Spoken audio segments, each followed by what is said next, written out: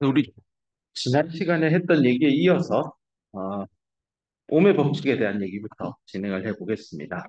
오매 법칙은 사실은 뭐 아주 어려운 법칙은 아닙니다. 근데 오매 법칙의 내용도 뭐 공부를 하겠지만 사실 이 2.2 챕터에서 하고 싶은 얘기는 반도체 소재를 이용해서 실리콘이겠죠. 그 실리콘에 결국은 도핑을 하겠죠. 그래서 도프된 실리콘이 있을 때 이 녀석의 어떤 가로, 세로 그리고 뭐 폭 해서 결국은 어떤 디멘전을 가질 겁니다. LW 뭐 이게 두께라고 하면 결국은 이런 물질이 가지는 거는 물질이 가지고 있는 고유한 리지스티비티가 있을 거고요. 곱하기 센티미터죠.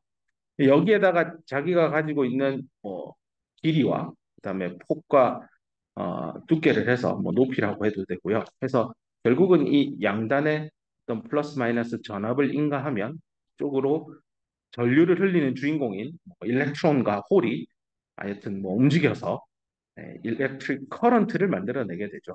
그때 그 전류값은 전압을 1볼트 걸어주면 전류값이 무한대로 나오지는 않아요. 이 이유가 뭘까를 물리학적으로 고민을 해보면 이 안에 있는 전자가 가는데 누군가가 방해하고 있겠죠. 방해한다. impede. 여기 밑에 나옵니다. 방해하고 있는 성분이 존재하고 그것을 그냥 많이 방해한다, 작게 방해한다의 개념을 떠나서 공학을 하는 사람이니까 저항이라는 개념, impede 하니까 impedance죠. 이거의 그 명사형이 impedance고요. 네. 임피던스가 좀 더 광의적인 의미의 저항값입니다. 이제 흔히들 이거보다 이제 resist도 저항한다는 뜻이긴 하니까요. 여기다 resistance라고 해서 이걸 많이 쓰고 있습니다. 근데 나중에 이제 회로 공부를 더 하면 알겠지만 이게 인덕터나 커패시턴스 같은 경우는 이놈들이 주파수에 따라서 요 자기가 가지고 있는 저항하는 정도. 그래서 이거는 리지스터하고는 좀 다른 개념이라서요. 임피던스라는 개념인데 단위는 똑같이 오음을 쓸 겁니다. 다만 용어가 바뀐다는 점. 그리고 이게 주파수에 따라서 J2파이 F에서 복소수인데 루트 마이너스 1.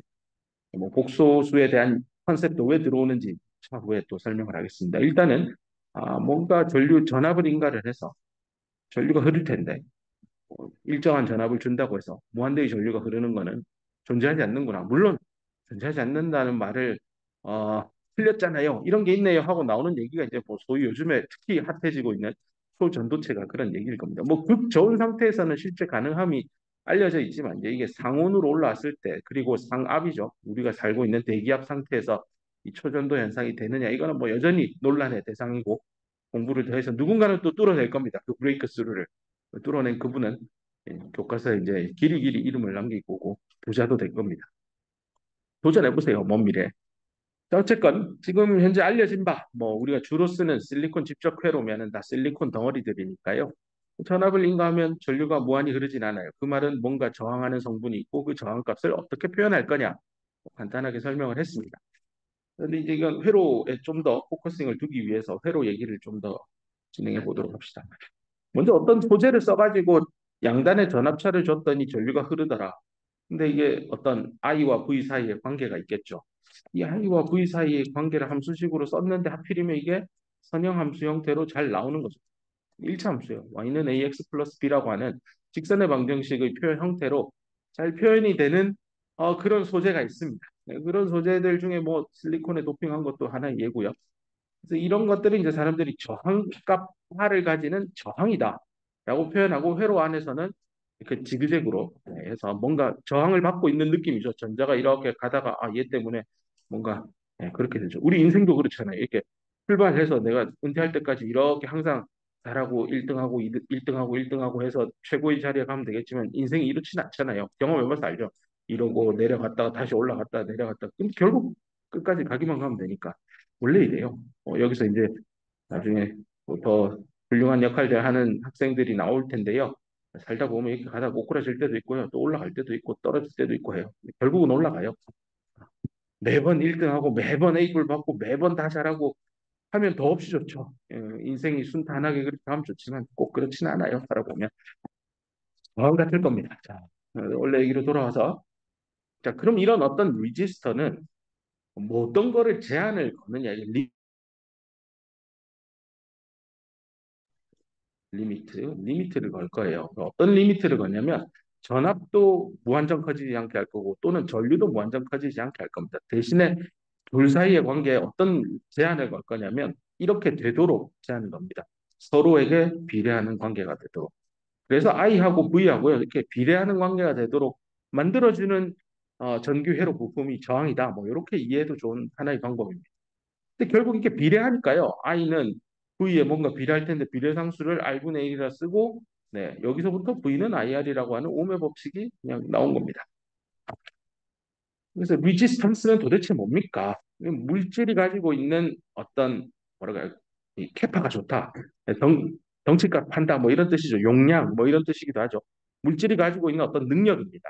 캡을 가지고 있는 건데 어떤 그 영향을 가지고 있냐면 전류의 흐름에 저항하는 영향입니다. 초전도체는 이런 영향이 없겠죠. 반도체는 반만 있는 게 아니에요. 그 틀린 개념이라고 여러 번 얘기했습니다. 도체였다가 부도체였다가 왔다 갔다 할 수 있는 저항하는 정도의 값이 수백만 배 차이 나는 그런 소재를 반도체라고 하지 도체하고 부도체의 절반쯤 되는 저항값을 가지는 소재 그 말은 그 소재의 저항값은 딱 하나로 정해진다는 얘기예요. 그 틀린 얘기라고요. 그건 반도체가 아니에요. 잘못 알고 있는 거니까 재차 강조합니다. 이 일렉트릭 차지의 흐름이니까 이게 뭐 전류죠. 네, 암페어는 쿨롱 퍼 세컨드라고 지난 몇 번째 시간 전에 네, 이 스탠다드 인터내셔널 그 단위 체계 얘기할 때 나왔었습니다. 그 다음에 뭐 이런 IV 관계를 만족하는 거동 이런 거동을 모델링 하는데 쓰는 서킷 엘리먼트를 저항이라 한다. 뭐 다 설명한 거고요. 이 정도로 하고 그럼 이 오음의 법칙은 좀 전에 제가 설명했어요. 뭐 어떤 물질이 있는데 보통 실리콘입니다. 그 웨이퍼 위에 이렇게 웨이퍼가 실리콘 덩어리고요. 이렇게 만들어진 거에 루지스티비티가 있고 옴 곱하기 센티미터. 보통 옴 미터라고도 하는데요. 옴 미터. 반도체 하시는 분들은 거리, 면적, 부피 다 센티미터, 제곱 센티미터, 세제곱 센티미터 이렇게 바꿔서 얘기합니다. 이렇게 했고 요것도 얘기했죠. 네. 요것도 전류가 흘러가는 방향에 따라 단면적 A, 그다음에 요 흘러가는 방향에 맞는 거리 L 이용해서 저항값을 만들 수 있습니다.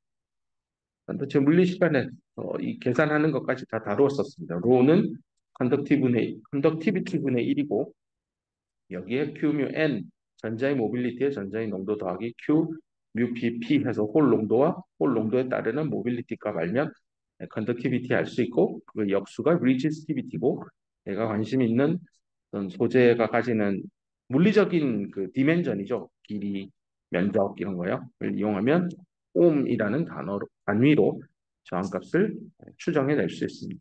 나중에 실습 시간에 이런 저항 하나를 주고요. 전류 뭐 전압을 찍고 전류도 찍어서 실제 이게 선형적인 관계인지 데이터로 I, V 주고 데이터 찍어서 이게 리니어하게 쫙 가는구나 하고 확인해 볼 예정입니다. 이게 또 교과서에 있는 그림인데요. 보면 이제 저항이라는 게 되게 큰 저항들입니다. 이런 건 이제 전력 시스템에 주로 들어가는 거고요. 메모리 반도체 만들고 하는 이런 IDM 업체들에서는 삼성, 하이닉스, DB 하이텍 국내 그런 회사에서는 이런 큰 저항들은 볼 일이 거의 없을 겁니다. 심지어 이런 것도 실험실에서나 보고요.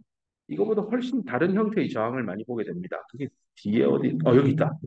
잠깐 뒤로 돌아가서 이 칩에 쓰는 저항들인데요. 이렇게 생겼습니다. 납작하게 생겨가지고 바닥 쪽에 이렇게 뭐 점들이 박혀 있는데 PCB 보드에 이렇게 요런 거 점박이처럼 박혀 있는 거 이런 것들이 있잖아요. 이거 다 저항이에요.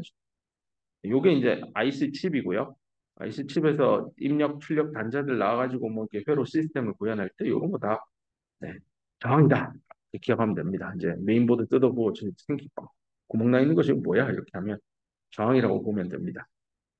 근데 이제 실습을 위해서 주로 쓰는 게 여기 있는 7번, 8번, 9번, 뭐 10, 11, 12 이런 것들을 많이 실험실에서는 씁니다. 그래서 그 브레드보드라고요. 그래서 이 한국말로 빵판이에요, 빵판.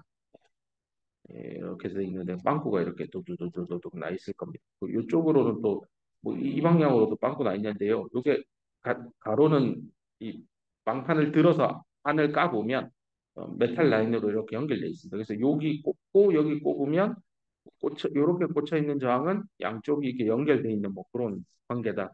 나중에 실습 시간에 좀 더 직접 꼽아보고 경험하면 머리에 와닿을 겁니다. 실험을 하기 위한 거로 빵판을 많이 쓰고요. 왜냐하면 이게 부품을 꽂았다가 드러냈다가 꽂았다 드러냈다가 얼마든지 가능하거든요. 근데 이런 뒤에 보이는 PCB 보드는 한번 여기 납땜질을 해두면 이게 드러내기가 쉽지 않아요.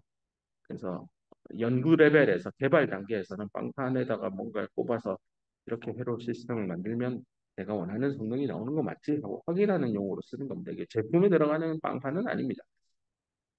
저항은 이렇게 생겼고요. 그럼 이렇게 생긴 저항을 어떻게 읽을까를 먼저 가볼까요? 네, 뒤에 여기 있습니다.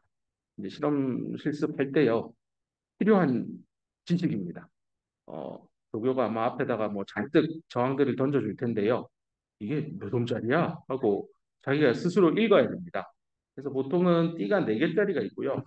5개짜리가 있습니다.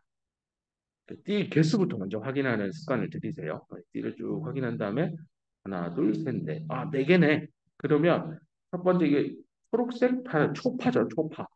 초파예요. 첫 왼쪽에 초록색이니까 이 5를 가지고 있고 파는 여기죠. 그럼 5, 6입니다. 5, 6 쓰고 그다음 노는 이제 승수를 나타냅니다. 그래서 노란색이니까 10K, 5, 6에 10K니까 곱하기 10K 옴 해서 560kΩ이 됩니다. 마지막 이건 뭐야?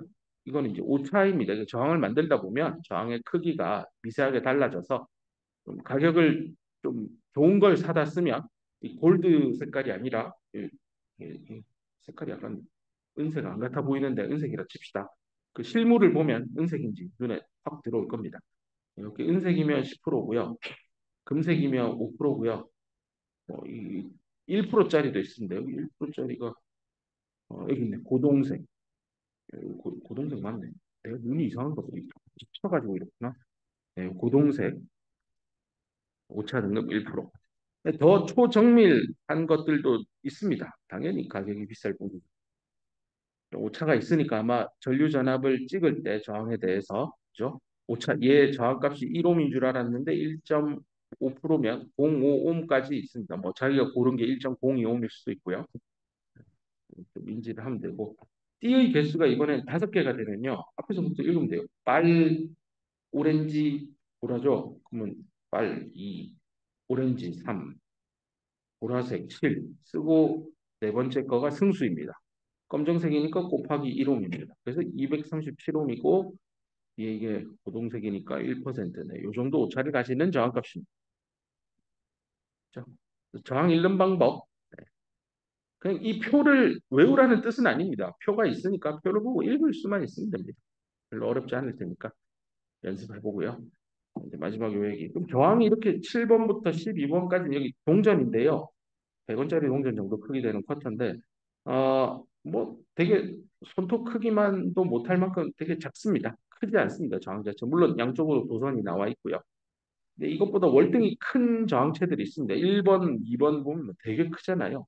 근데 이런 1번부터 한 5번까지는 이게 하이 파워 리지스터스라고 해서 고전압, 고전력 시스템에 많이 씁니다. 그래서 이거 뭐 한국전력공사 이런 데나 가야 볼 수 있는 거고 반도체 회사에서는 보기 쉽지 않습니다. 여섯 번째는 되게 작잖아요. 이게 이제 초정밀 리지스터 계열들로 분리되는데 좀 비쌉니다. 이 정도 하고 넘어갑시다. 그래서 옴의 법칙. 이상적인 회로 서킷 엘리먼트들로 구성되어 있는 어떤 회로가 있어요. 이 안에 뭐가 있는지 몰라요. 근데 이번에는 아주 간단하게 부품 하나만 낀 거예요.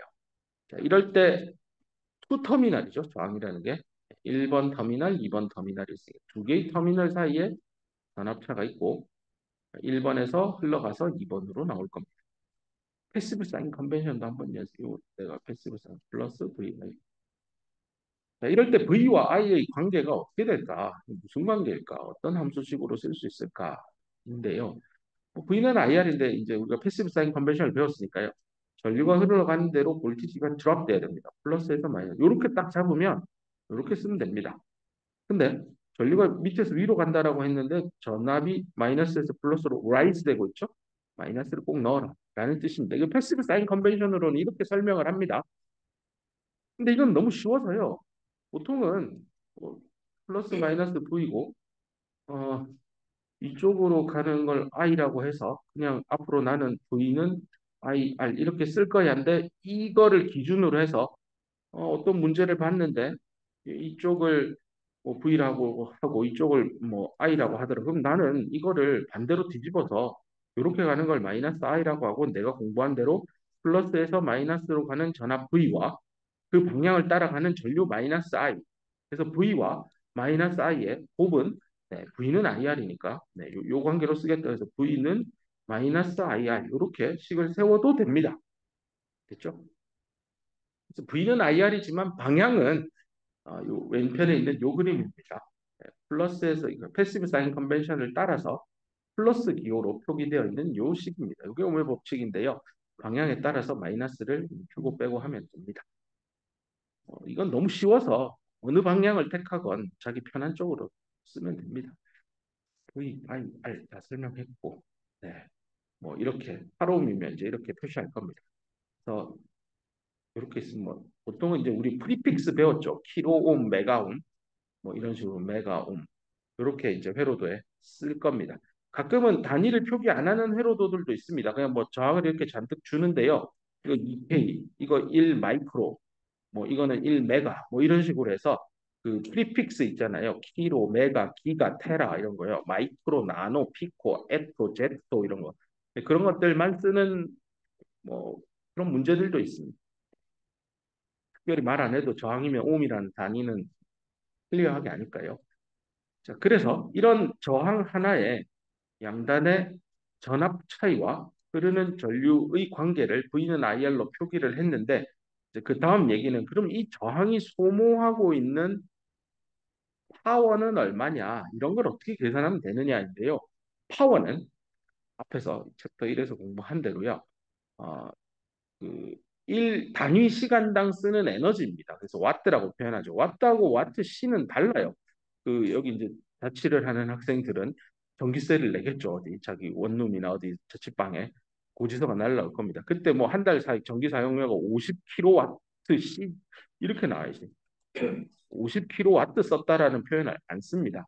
그래서 파워라고 하는 거는 와트입니다. 개념이. 와트 C는 에너지입니다. 그래서 에너지하고 파워는 다르다라고 챕터 1에서 명확히 설명했습니다. 기억이 안 나는데 한번 돌아가서 다시 복습하길 바랍니다. 자, 그러면 이 저항 R이 사용하는 파워의 값은 얼마냐? 앞서 챕터 1에서 정의한 대로 하는 과정에서 나왔죠. 어떤 에너지를 단위 전하량당 에너지죠. 그러니까 플러스 마이너스 전하를 띈 입자를 떼어내는데 에너지 W를 썼었죠. 그래서 단위 전하당 그 에너지 줄 퍼 쿨롱이 볼트의 단위였습니다. 그 다음에 전류는 dT분의 dQ였죠. 단위 전하가 1초에 얼마나 움직이냐. 그래서 이거 체인 룰에 따라 없어지고 나면 dW, dT가 돼서 뭐 어쩌고 저쩌고 그런 얘기들도 이어졌습니다. 아, 그래서 파워는 VI인데 오늘 이제 배웠던 저항이 그 소모하는 파워는 어떻게 되냐 이 식은 당연히 저항 양단의 플러스 마이너스와 V와 I를 알면 그냥 파워는 VI 아닙니까? 맞아요. 이렇게 하면 돼요. 근데 이제 문제를 풀다 보면 내가 이건 전압은 잘 모르는데 여기 얼마의 전류가 흐르는지 알 때가 많아요. 이 저항값도 알아요. I하고 R만 알면 파워를 어떻게 구합니까? 그럴 때는 뭐 그냥 오의 법칙을 잘 하는 V에다가 IR을 잡아넣고 I를 곱하면 I 제곱 R 뭐이 얘기입니다. 됐죠? 근데 또 경우에 따라 내가 저항을 알고 양단의 전압만 알 때가 있어요. 이 흐르는 전류는 몰라요. 물론 계산하면 됩니다. V는 IR씩 써가지고 R 알고 V 아니까 I 구한 다음에 구한 I와 V를 곱해서 파워를 계산해도 되나?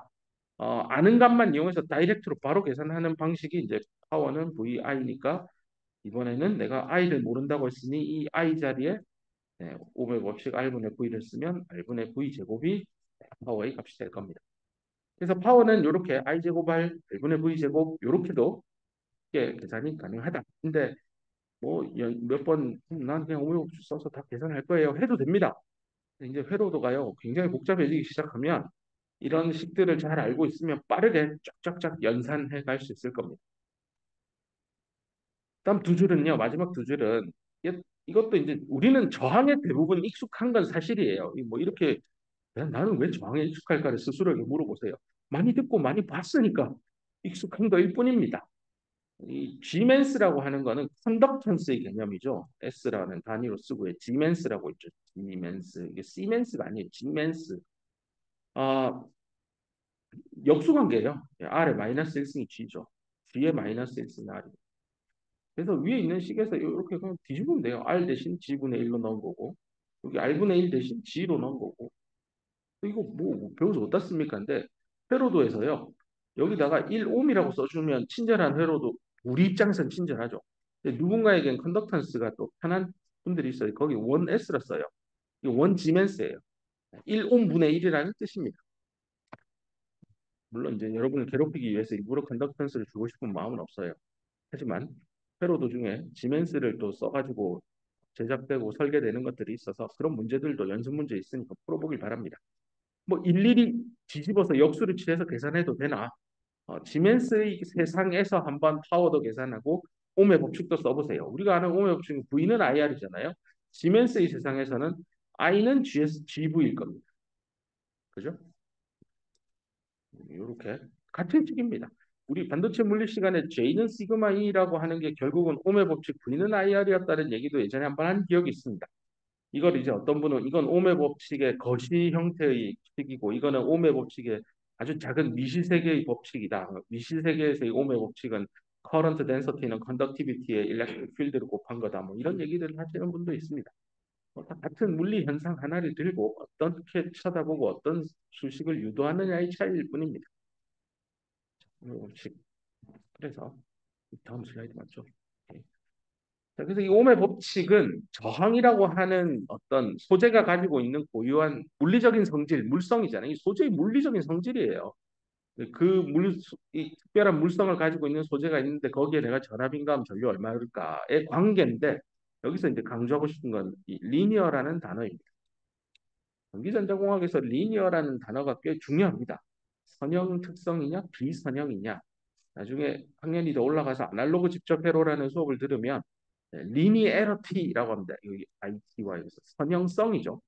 얼마나 이 회로가 선형성이 좋으냐. 선형적인 아날로그 회로를 만들려고 설계자들이 엄청 노력하는 모습들도 나중에 다 학습할 겁니다. 왜 선형을 사람들이 좋아할까?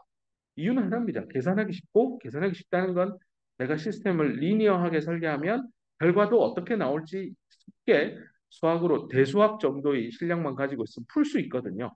사람이 손으로 풀 수 있는 그러니까 입력을 주면 출력이 얼마인지 예측이 아주 쉽기 때문에 이 리니어한 어떤 성질들을 사람들이 선호합니다. 그래서 그 대표적인 리니어 성질이 이제 오메 법칙이 그 리니어한 전류 전압 관계를 나타내는 겁니다. 그래서 저항을 가로질러 형성되어 있는 전압차죠. 네, 요 플러스 마이너스 저항 R이 있으면 요거 직접적으로 네, 이 저항을 뚫고 흘러가고 있는 커런트 I의 I인데 이 점이 빠진 것 I하고 V 봅니다. 이거 다 했고 뭐 많이 했고 파워 다 했습니다. 네, 넘어갑시다. 자, 이제 문제도 이거 되게 쉽습니다. 지금 뭐 이제 강의를 시작한 지 얼마 안 돼서 뭐 이렇게 쉬운 걸 왜 자꾸 강의해요인데 이거 어떻게 풀어가는지 하나하나 잘 익히세요. 뒤에 이런 것들이 모여서 두 배, 세 배, 네 배로 늘어나면 아 이거 내가 하는 스타일대로 하면 안 되겠구나. 아 교과서 시키는 대로 좀 해봐야 되겠다는 반성을 하는 모멘텀이 올 때가 있습니다. 그림 2.8 아래쪽에 이 그림을 보면 V와 I의 값이 둘 중에 하나는 알려져 있지 않다고 합니다. A번 문제는 1A는 줬는데 전압은 모르겠다. 뭐 이런 거네요. V와 I의 값을 다 계산해 보세요입니다. A번 풀어보면 그림 2.8에 있는 볼티지 VA는 드랍 방향이죠. 어디에 드랍이죠? 전류 in the direction of current in the ridges 저항. 전류가 이렇게 1A가 나와서 이렇게 돌아서 결국 8A를 위에서 내려가죠. 이게 1A 그러는데 VA라고 문제에서 물어본 건 역시 플러스 마이너스니까 드랍 방향입니다. 그래서 패시브 사인 컨벤션에 따라 V는 IR 쓰면 됩니다. V는 내가 모르겠고 VA로 표시되어 있죠. 회로에서 전류는 1, 저항은 8. 단위 한 번 더 체크하세요. 1A 5mm니까 그냥 숫자 넣으면 됩니다. 여기는 단위를 가지고 학생들을 괴롭히고 있지 않지만 뒤에 연습 문제를 보면 어떤 건 8K옴, 여기는 1밀리옴 이렇게 주면 여기에 1밀리 쓰고 여기 8K 써서 숫자끼리 계산하고 밀리 K는 0, 10의 마이너스 삼승과 플러스 삼승이 곱하기 1 돼서 8 이렇게 계산해야 됩니다. 나중에 이거 단위 하나 잘못 K 빼먹고 밀리 빼먹어가지고 답 다 틀리고 부지기수로 나옵니다. 단위 항상 공학을 하는 사람들은 계산을 할 때 단위가 뭔지를 마지막 단계에서 꼭 더블 체크해야 됩니다. 하롬에 쓰는 파워 묻고 있습니다. 일단 아까 말한 대로 VI 값 다 아니까 그냥 8V에다가 1A 하니까 팔았다 아닙니까? 해도 되지만 이 위에 있는 이 과정을 하지 않고 여기 바로 다이렉트로 풉니다. 8옴에 흐르는 전류값과 저항값 알죠? 8옴이니까 8 알고 전류값 1 흐르는 거 아니까요. 예, I 제곱 R 이거 바로 써서 이렇게 다 구하면 됩니다. 음, I 제곱 R 이걸 바로 쓰라라고 추천하고 싶고 B, C, D도 뭐 방향 때문에 한번 같이 가봅시다. B번 문제 같은 경우 회로를 보면 50V가 있고 여기 0.2 S인데 S가 5타입니까가 아니라 G맨스입니다. 컨덕턴스를 준 겁니다. 아까 말한 대로 I는 R분의 1V니까 이게 GV가 됩니다. GV가 잘 안 외워지면 현대차에서 만드는 제너시스 그 있잖아요. GV80, GV7 차 좋아하는 학생이면 안 헷갈릴 겁니다.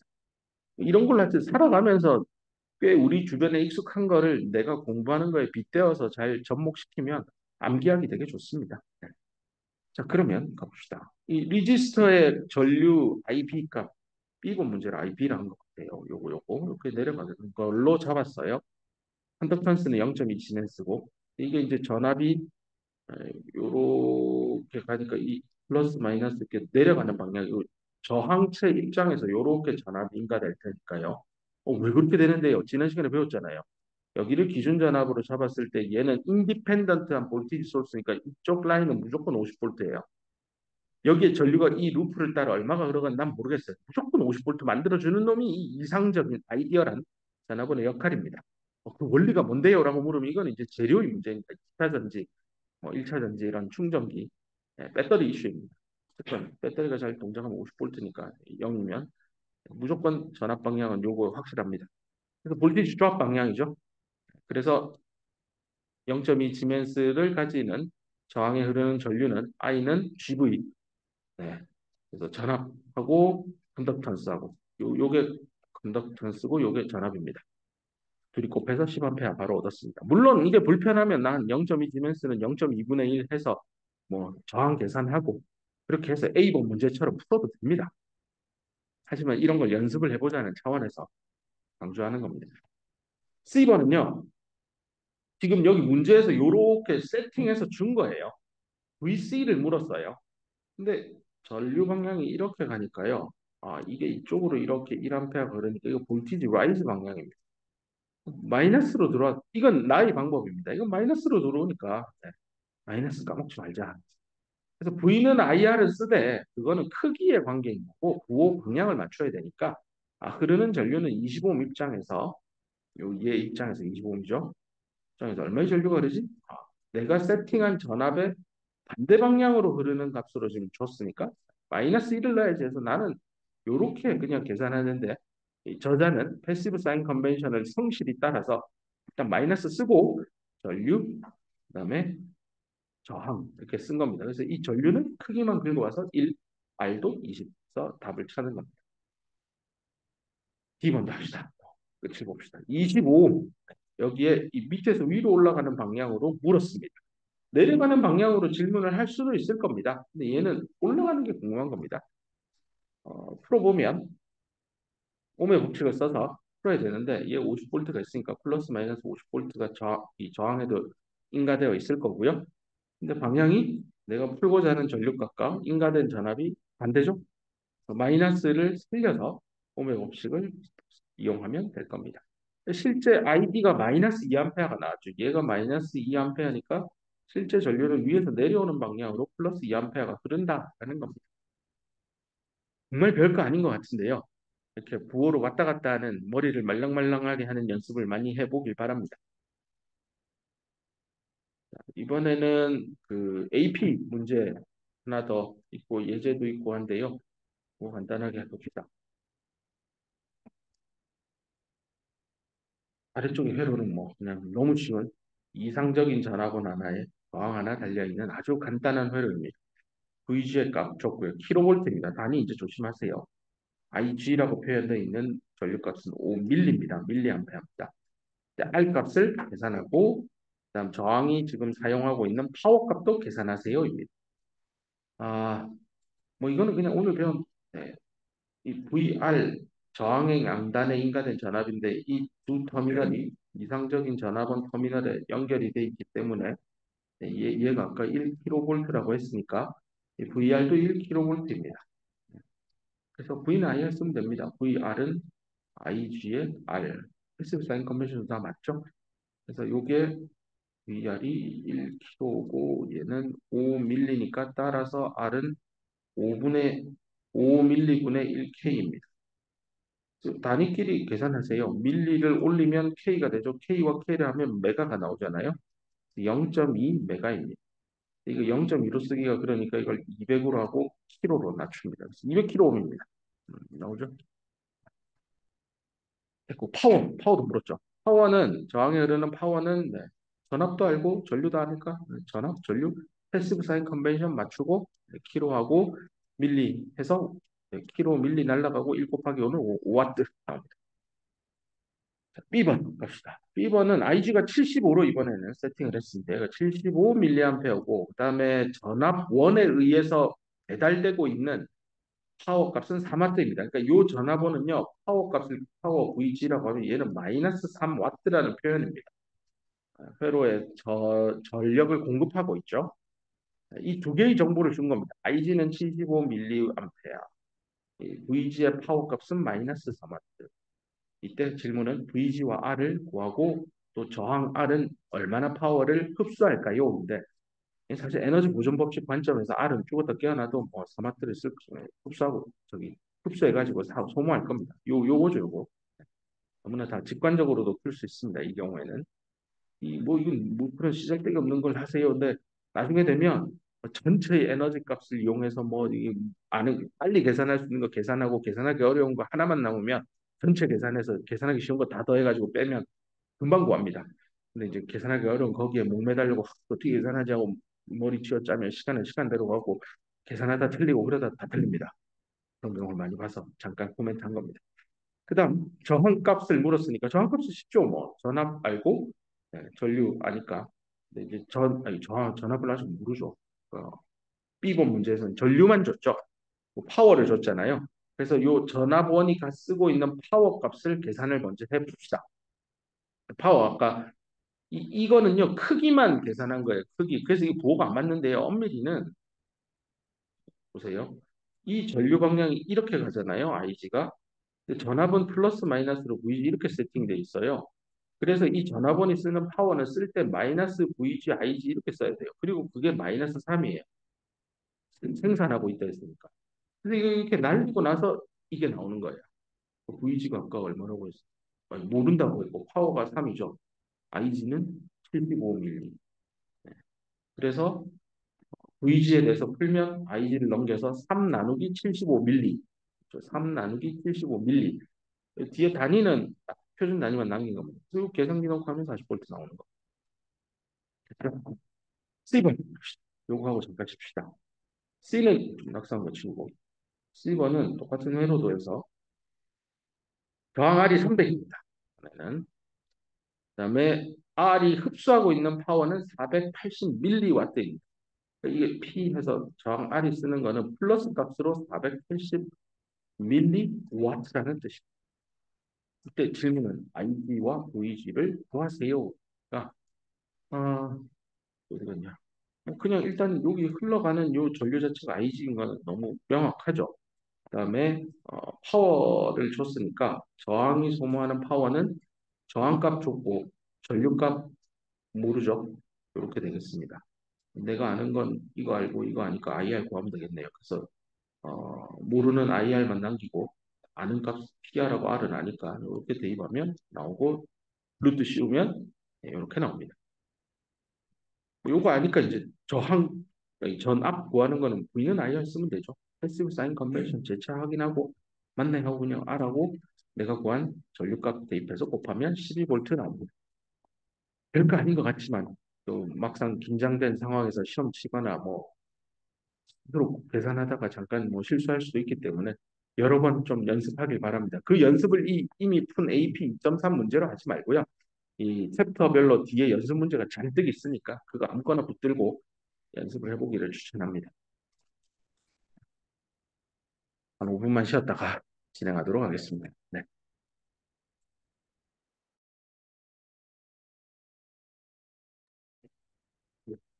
예제 2.5번 문제인데요. 얘는 아마 실험 실습 시간에 더 이런 것들을 다루게 될 가능성이 높은데, 뭐 이론이지만 읽어봅시다.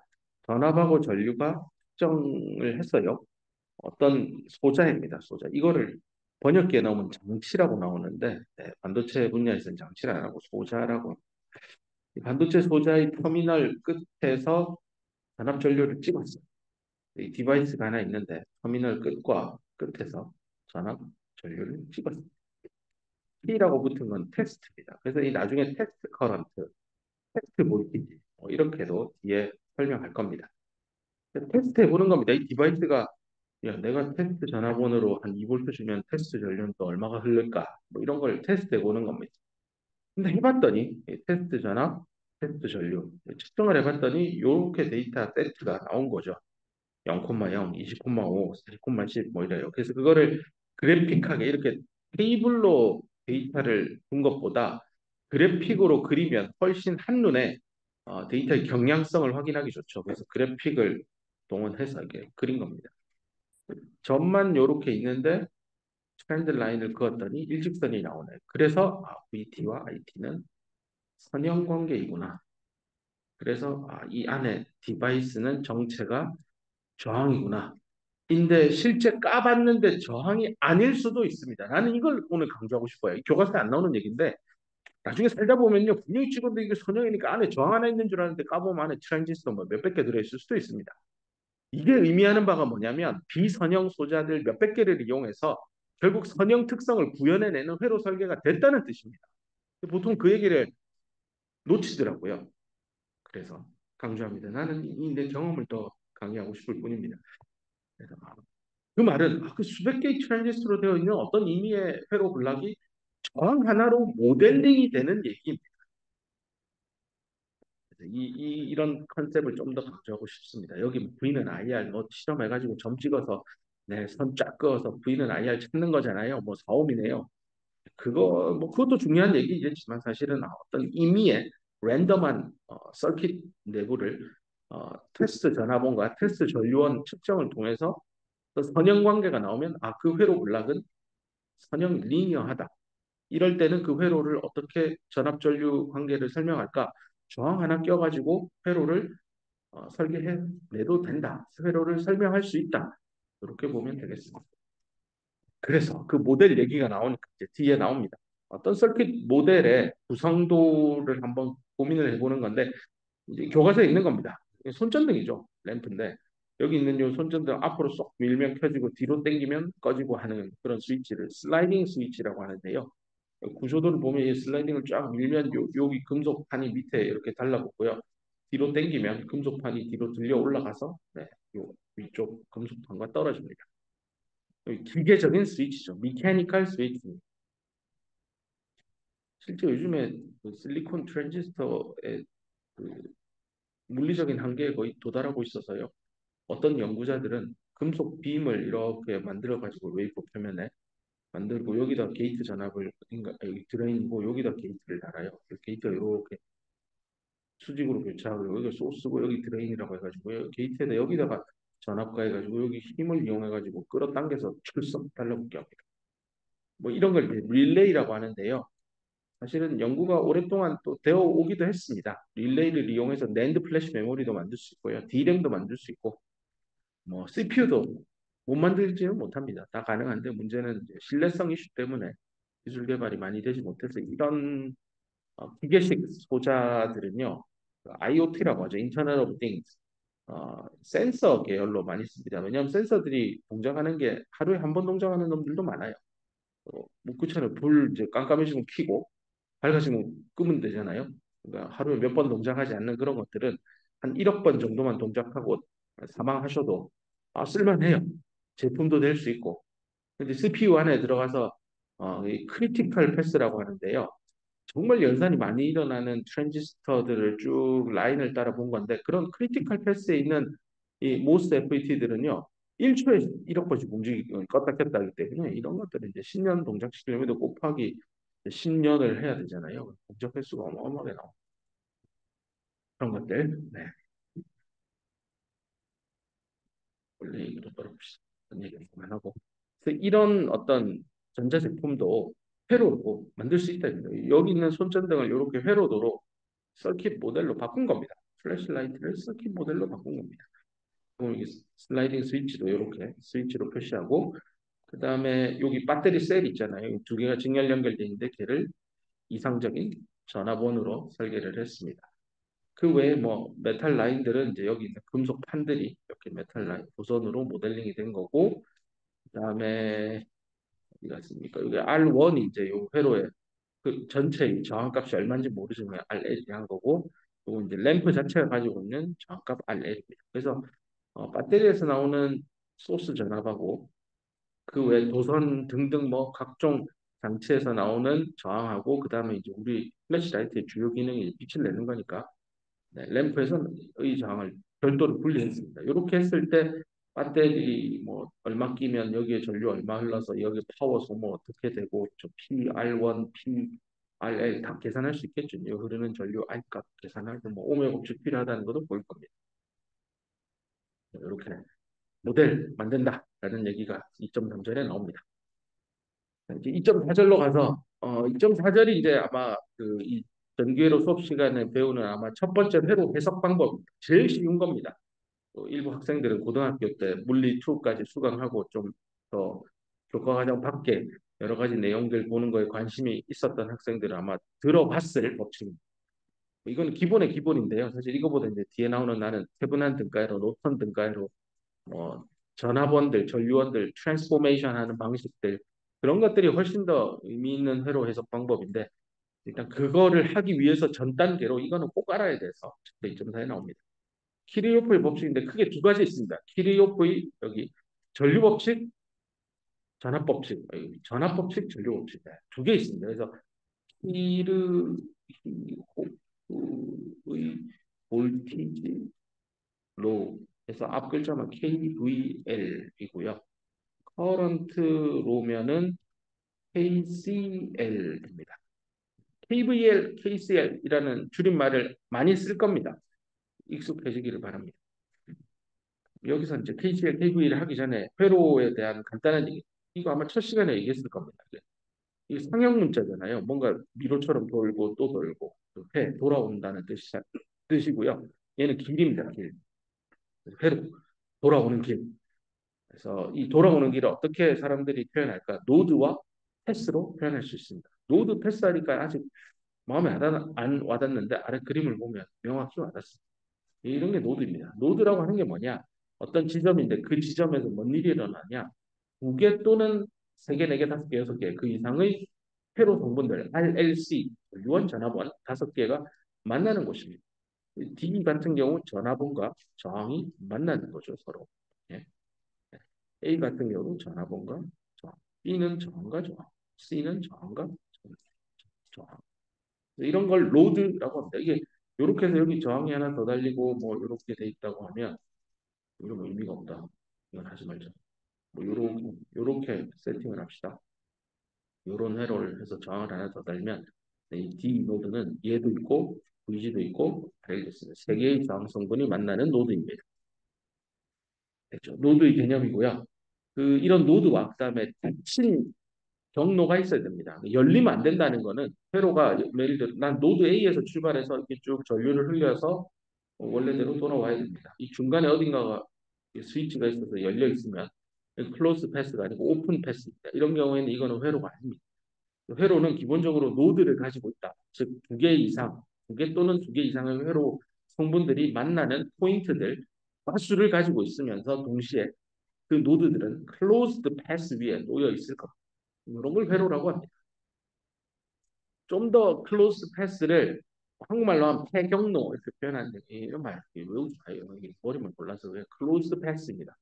근데 클로즈 패스하고 루프라는 개념하고 어, 좀 달라요. 엄밀히 달라요. 자, 왼쪽에 있는 이 회로도 봅시다. 이거 뭐 거의 다 저항 R1 따로 붙이진 않았지만 뭐 하나 이름을 답시다. 이렇게 있을 때 일곱 개의 저항으로 그냥 연결되어 있는 이런 건 이제 챕터 3에서 공부할 건데 리지스티브 리지, 리지스티브 네트워크라고 합니다. 이 네트워크라는 단어가 서킷하고 똑같습니다. 주로 이제 회로 하시는 분들은 서킷이라는 용어를 더 많이 쓰고요.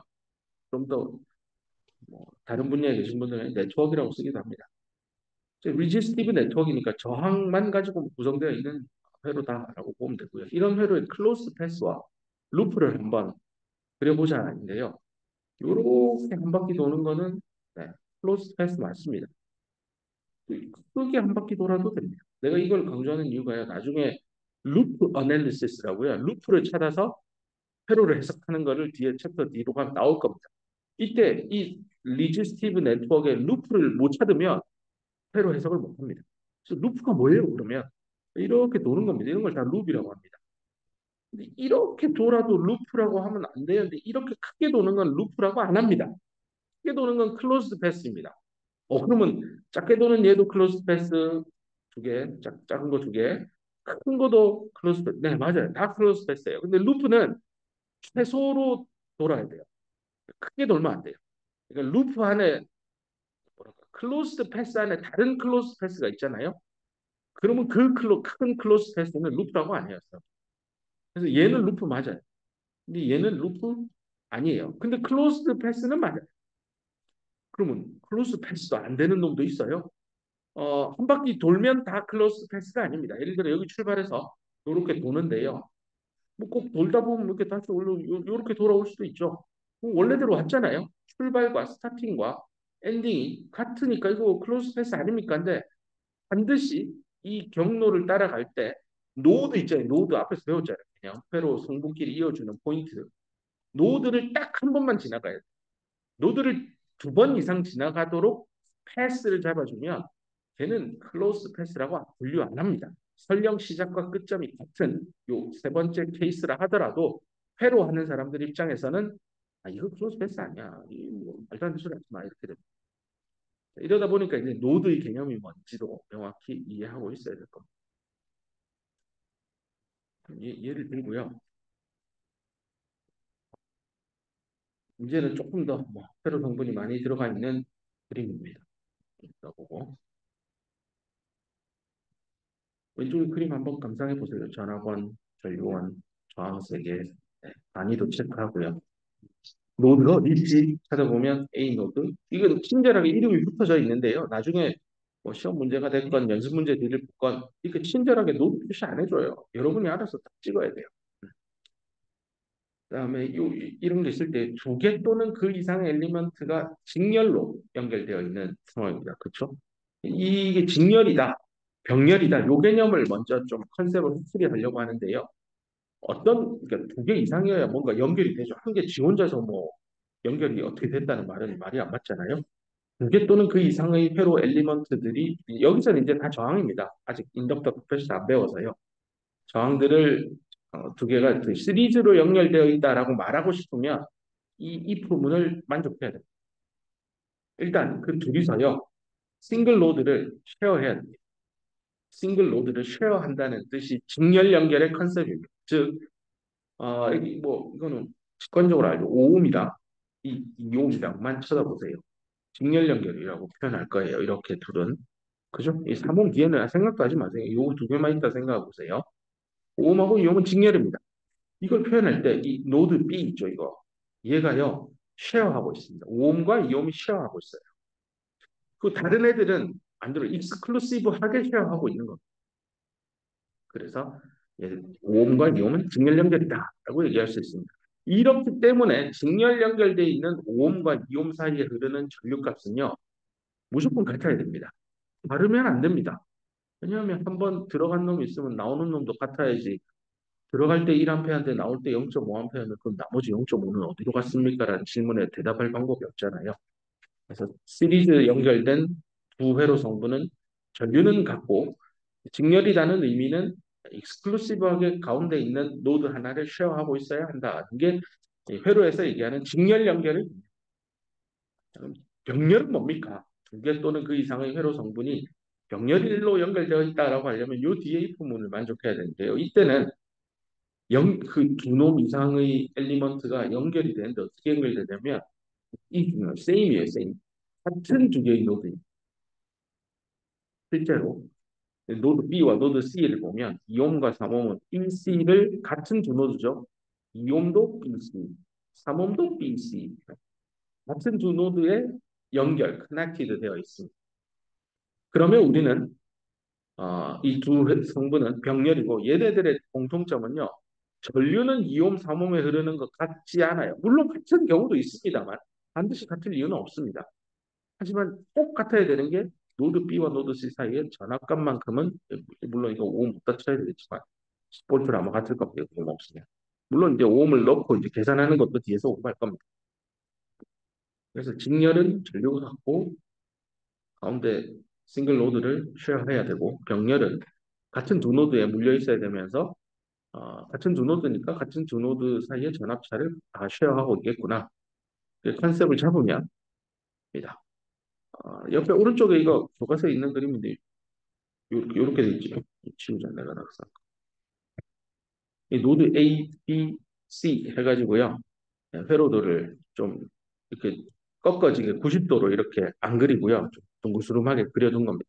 이렇게 그려두더라도 왼쪽처럼 충분히 생각하는 거는 가능할 거라 믿고 이거를 이렇게만 유연하게 하지 말고 여기 아래쪽에 있는 네, 손으로 그린 것도 한번 보세요. 이것도 말이 되죠. 노드 B하고 C가요.